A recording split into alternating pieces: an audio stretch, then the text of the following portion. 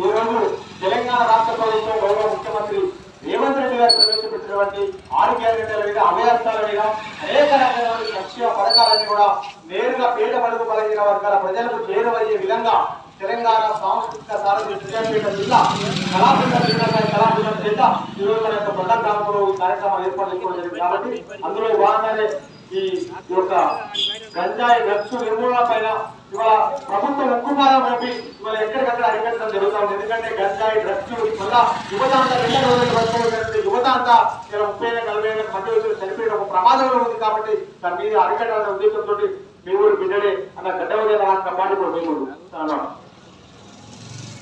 బతుకుల మత్తు బతుకును